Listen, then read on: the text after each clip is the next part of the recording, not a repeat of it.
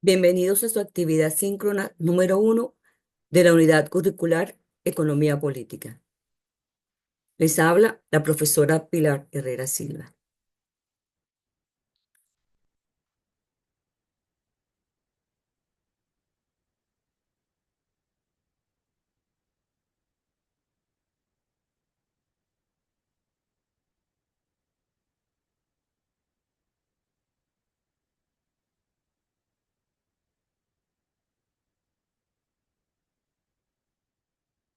A continuación, el plan de evaluación. La primera actividad será la actividad síncrona número 1 en la semana 1, que es la que estamos viendo en este momento, pues, la que estamos realizando.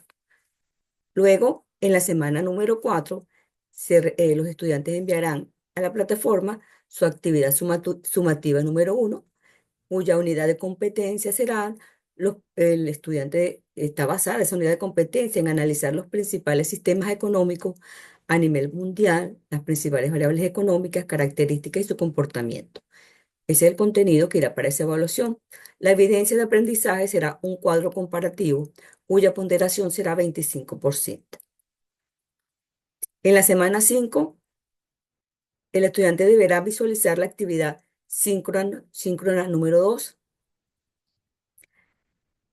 En la semana 6, el estudiante debe realizar su actividad sumativa número 2, cuya unidad de competencia será analizar las diferentes políticas económicas que aplica el Estado para lograr el bienestar económico y social. La evidencia de aprendizaje será un informe interpretativo, cuya ponderación es de 25%. En la semana 7, el estudiante deberá visualizar la actividad síncrona número 3. En la semana número 8 deberá enviar su actividad evaluativa o sumativa número 3. El material a ser evaluado estará relacionado con los procesos de integración económica como una herramienta para la toma de decisiones, y la evidencia de aprendizaje es un informe administrativo. Su ponderación, al igual que las anteriores, es 25%. Y la última actividad síncrona será realizada en la semana número 9. Y la última actividad evaluativa o sumativa 4 será realizada en la semana 10. Y se evaluarán el análisis de las principales variables macroeconómicas que caracterizan el crecimiento económico y el desarrollo económico. Entonces, el estudiante deberá enviar un informe interpretativo y su ponderación será 25%. Cabe recordarles que dentro de la semana, que en la semana 10 y 11 deben enviar la solicitud de prueba remedial. La aplicación de esta será en la semana número 12. Quienes pueden pedir o solicitar esa prueba remedial, los alumnos que tengan una nota comprendida entre 8 y 11 y que hayan realizado las 4 actividades sumativas. Entonces aquí tenemos en general en lo que corresponde o lo que se va a ver en la unidad número 1, cuya competencia es esta que está aquí, que analizará los principales sistemas económicos a nivel mundial y las principales variables económicas. Estos son los temas de estudio de esa unidad número 1. Los sistemas económicos a nivel mundial, se verán en general las principales variables económicas, su definición, su característica y su comportamiento. En cuanto a la unidad número 2, que se verá durante este trimestre, tenemos como competencia específica analizar las diferentes políticas económicas que aplica el Estado para lograr el bienestar económico y social. Los temas de estudio, las diferentes políticas económicas del Estado, como las políticas monetarias, la fiscal, la exterior, la social. Y la última unidad, o un núcleo temático número 3, será analizar los procesos de integración económica como herramienta para la toma de decisiones, analiza las principales variables macroeconómicas que caracterizan el crecimiento económico y el desarrollo económico. Los temas específicos a ser evaluados será la economía como herramienta para la toma de decisiones, el crecimiento económico y el desarrollo económico. En cuanto a la evaluación número 1, cuya unidad de competencia es la unidad 1, en cuanto a la evaluación número uno, ¿no? Y cuya unidad de competencia es la unidad uno, nosotros podemos decir que será analizar los principales sistemas económicos a nivel mundial y las principales variables económicas.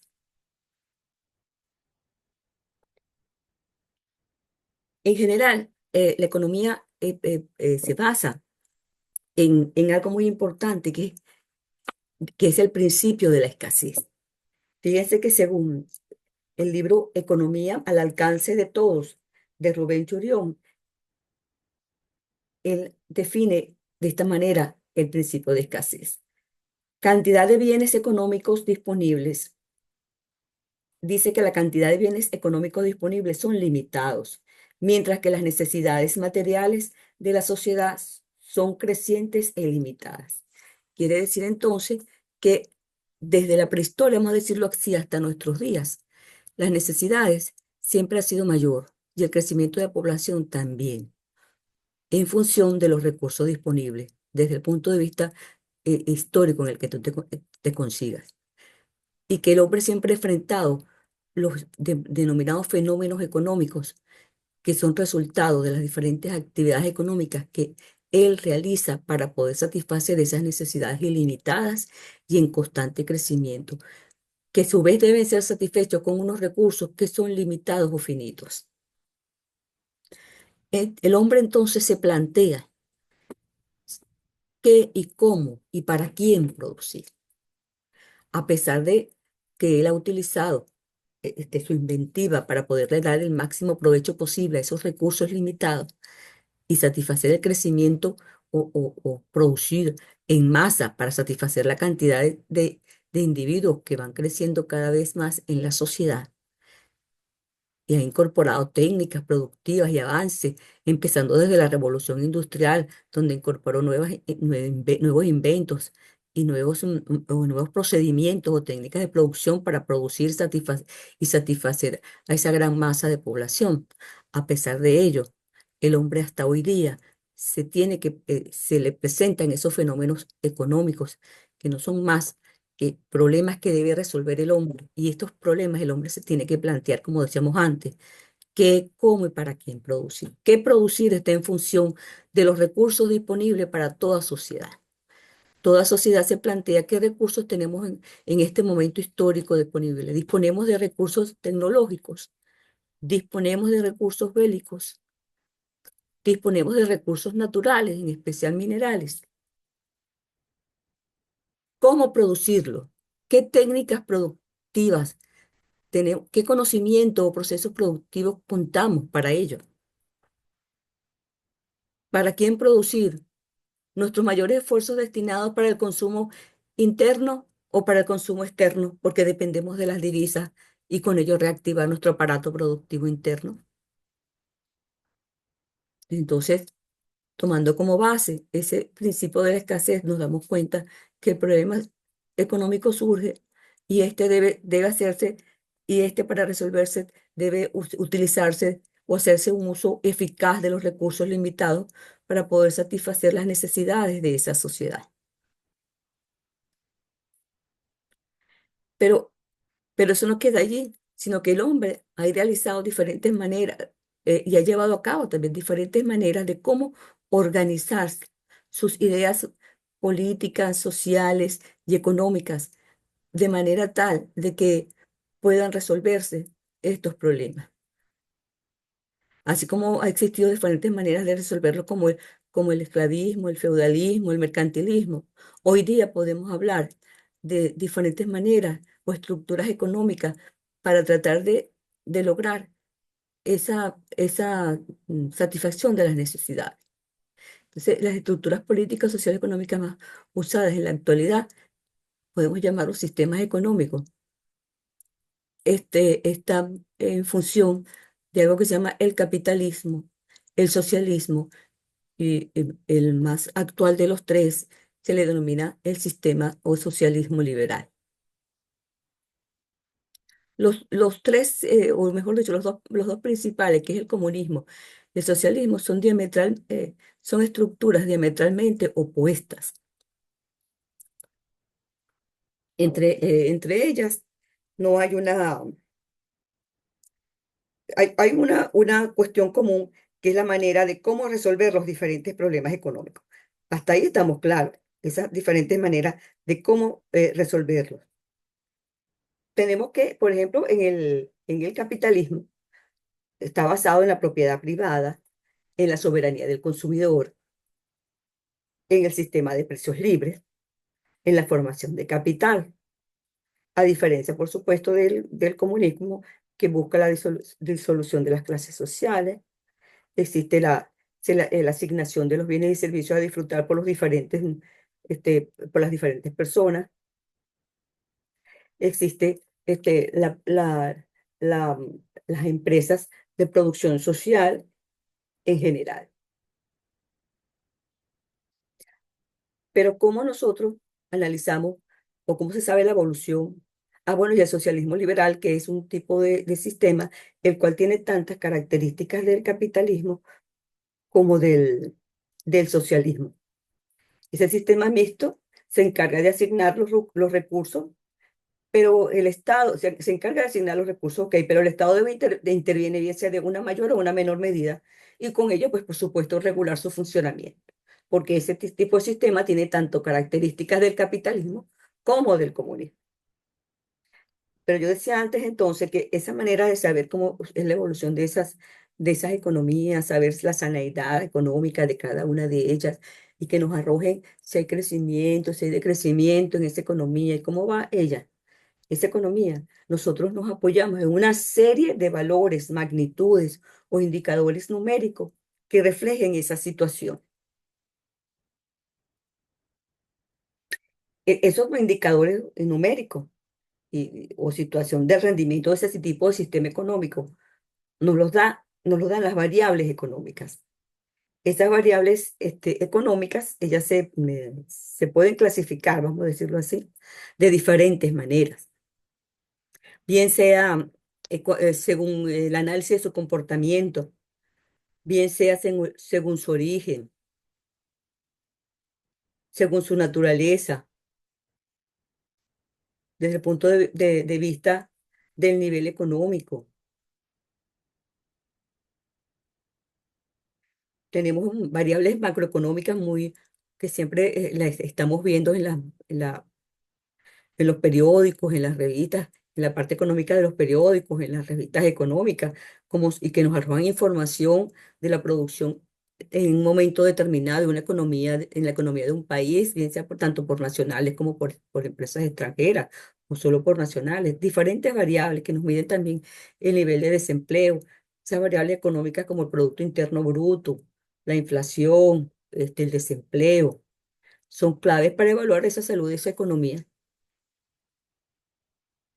Como decíamos entonces, esas variables económicas, por ejemplo, según su comportamiento, se pueden dividir en variables de flujo y en variables de stock. Cuando nos referimos a variables de flujo, podemos hablar entonces de la inversión, del consumo, del mencionado anteriormente como el Producto Interno Bruto, pero también las variables según su comportamiento pueden ser variables de stock que se miden en un momento dado, bien sea como la riqueza, el capital o la deuda. Otra forma de clasificar las variables es según su origen. Pueden ser las variables endógenas o las variables exógenas. Cuando se trate de variables endógenas, son aquellas que se determinan dentro del mismo modelo económico, bien sea la demanda o la oferta de ese país. Pero cuando se trate de variables exógenas, son aquellas que se determinan pero que están fuera del modelo económico, pero nos arrojan información numérica que nos sirven para analizar esa economía. ¿Como cuál? Como la tecnología o la población. Según su naturaleza, es otra forma de medir las variables económicas. Pueden esas ser reales o pueden ser nominales. La variable económica, cuando se miden o nos dan información es numérica, entre estas que son las variables reales, por ejemplo, cuando se ajusta por inflación, es una variable real. ¿Por qué? Porque ella indica cambios en la producción. Y variables nominales, que por eso se llaman reales, pues se ajustan en un momento determinado a la variación de los precios. En cambio, las variables nominales no se ajustan por la inflación, reflejan valores que son los valores monetarios. Cuando se analizan las variables económicas según el nivel económico, tenemos las variables microeconómicas y las variables macroeconómicas. ¿Qué es eso de microeconómica y macroeconómica? Microeconómica es una parte de la economía que se encarga de estudiar a los agentes económicos que realizan actividades como las empresas, como las familias.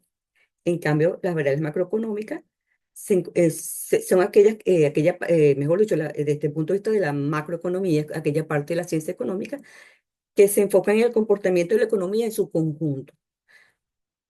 Y a la hora y se apoyan en variables macroeconómicas. En cambio, la microeconomía, para poder analizar y estudiar la economía, y esos microsujetos llamados familias y empresas, se apoyan en las variables microeconómicas, como que, como por ejemplo, la oferta y la demanda de grupos o agentes individuales de consumo, los precios de los bienes y servicios y salarios de estos.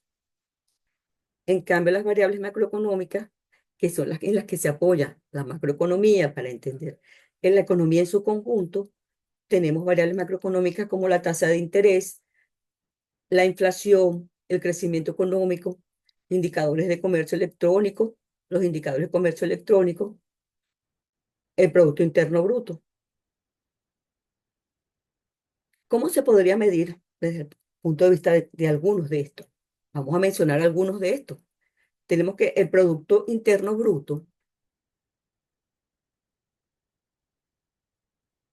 tiene una serie de componentes y se puede medir sumando el valor del mercado de todos los bienes y servicios finales producidos dentro de un país en un periodo específico. Generalmente, esa evaluación se hace para un año. Y con ello, por supuesto, evaluamos la actividad económica, el crecimiento de un país.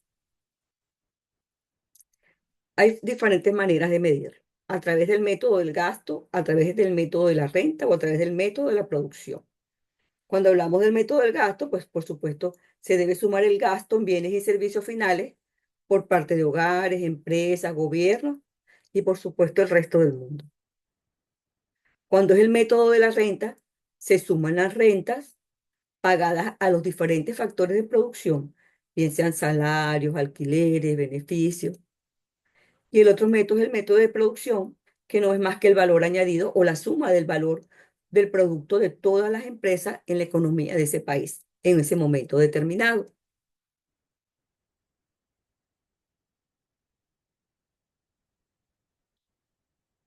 También como hablábamos anteriormente, se puede hablar de real y nominal.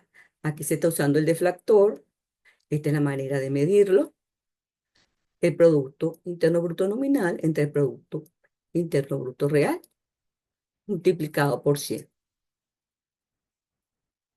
Otra se puede ser la tasa de empleo o la tasa de desempleo, cualquiera de las dos. Por ejemplo, cuando es la tasa de empleo, se mide una proporción de personas ocupadas en relación con la población total.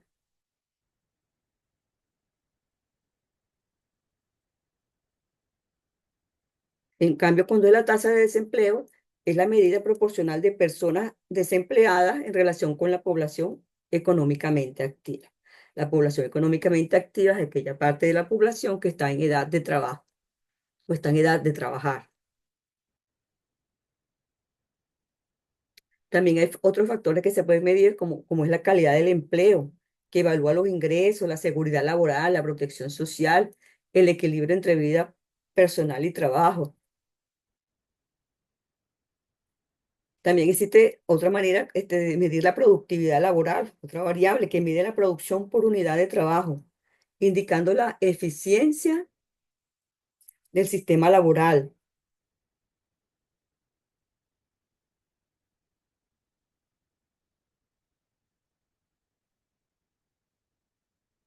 Otra manera de medir el desempleo es a través de la tasa del desempleo, que es el número de desempleados entre la población activa por 100. ¿Nos va a indicar qué? Bueno, nos va a indicar el porcentaje de la población activa que no tiene empleo. Esa es la tasa de desempleo.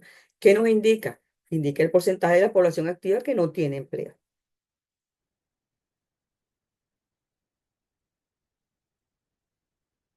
Otro podría ser como la balanza comercial, que no es más que el proceso de calcular la diferencia entre lo que exportamos y lo que importamos. Quiere decir que ese indicador nos va a reflejar la relación comercial de un país con el resto del mundo. Así se sabe si hay un superávit o un déficit. ¿Qué quiere decir cuando hay un superávit? Hay un superávit en relación con otros países cuando las exportaciones superan las importaciones. Entonces se habla de una balanza comercial positiva, porque la diferencia entre las exportaciones y las importaciones nos dan la información de que las exportaciones son mayores. Y se habla de balanza, económicamente se habla de un superávit y económicamente se habla de que es una balanza positiva. Pero también hemos escuchado por allí que hay un déficit. Cuando se trata de déficit, es al revés. Cuando esas importaciones que tiene un país con el resto del mundo son mayores que las exportaciones, o sea que lo que compra al resto del mundo es más que lo que vende. Entonces, en ese caso se habla de una balanza negativa. Esto vamos a hacerle un cierto comentario porque es importante, porque cuando se habla de superávit, quiere decir que esa economía es fuerte, están entrando una cantidad mayor de divisas que las que salen, y existe una competitividad de producción y bienes de servicio. En cambio general, cuando hay un déficit o las importaciones son mayores, nos está indicando de que es más el dinero que sale que el que entra, a diferencia del superávit, que es más el dinero que entra en esa economía por la venta que la que sale. Entonces, la balanza comercial, desde el punto de vista del déficit, es cuando es al revés, es que es más el dinero que sale por la compra al resto del mundo que lo que entra. Y generalmente, cuando se compra más al exterior, quiere decir que hay una debilidad una debilidad en el sector productivo local, porque se tiene que recurrir al resto del mundo para obtener los bienes que se necesitan en esa economía o en ese país. Es más los bienes importados, pues. También tenemos este, aquí en esta lámina cómo se mide el costo de vida, que es el índice de precios al consumidor, que es el IPC, diferentes maneras de, de medirlo. En este caso, el costo total de bienes y servicios comprados por el consumidor. Hay cuatro pasos para calcularlo.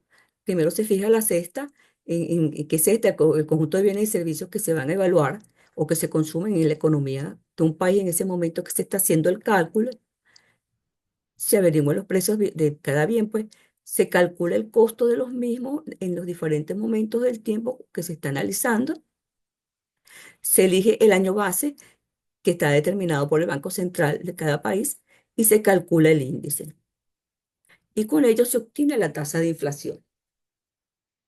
Otra variable puede ser para medirla los indicadores de comercio electrónico.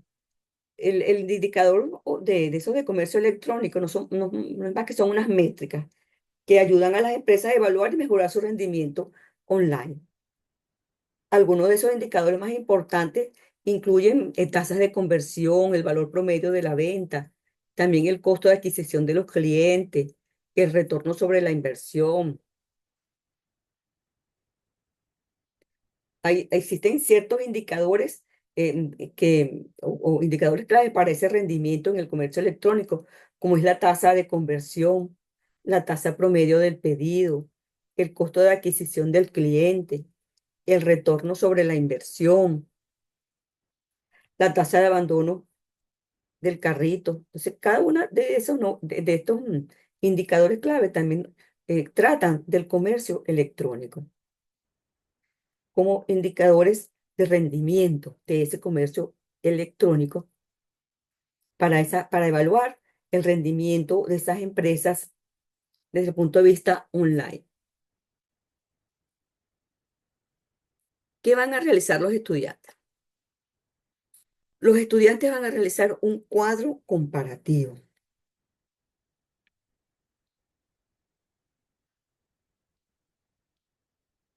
¿Qué es un cuadro comparativo? Podemos decir que no es más que una herramienta que facilita la comparación de dos o más elementos, indicando similitudes y diferencias. Se puede organizar de una forma efectiva y se analiza y se organiza la información y a su vez permite una rápida comprensión de las características de los elementos en cuestión. El alumno para hacer su investigación debe apoyarse en una bibliografía fidedigna, una referencia fidedigna. Entonces, el tipo de actividad es la actividad sumativa número 1. El estudiante va a hacer un cuadro comparativo argumentado. ¿Cuál es el propósito?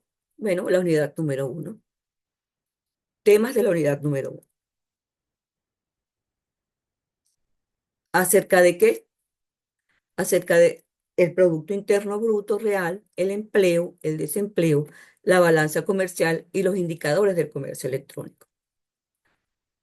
Otro punto de comparación es cómo se miden el Producto Interno Bruto real, el empleo, el desempleo, la balanza comercial y los indicadores de comercio electrónico. Otro es los valores de algunos países desarrollados y en desarrollo en la actualidad.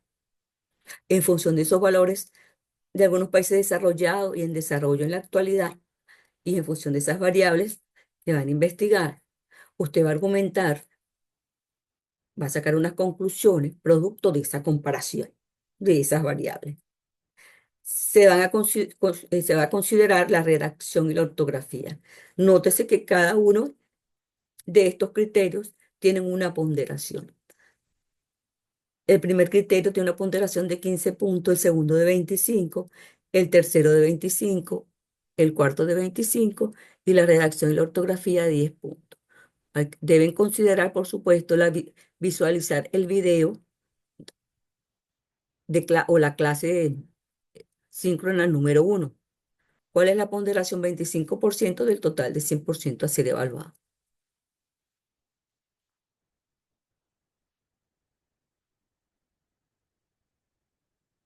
Pues no me queda más que decirles que cualquier duda o sugerencia lo pueden hacer o plantear a través del foro de dudas y sugerencias de la plataforma virtual. Estoy completamente a sus órdenes.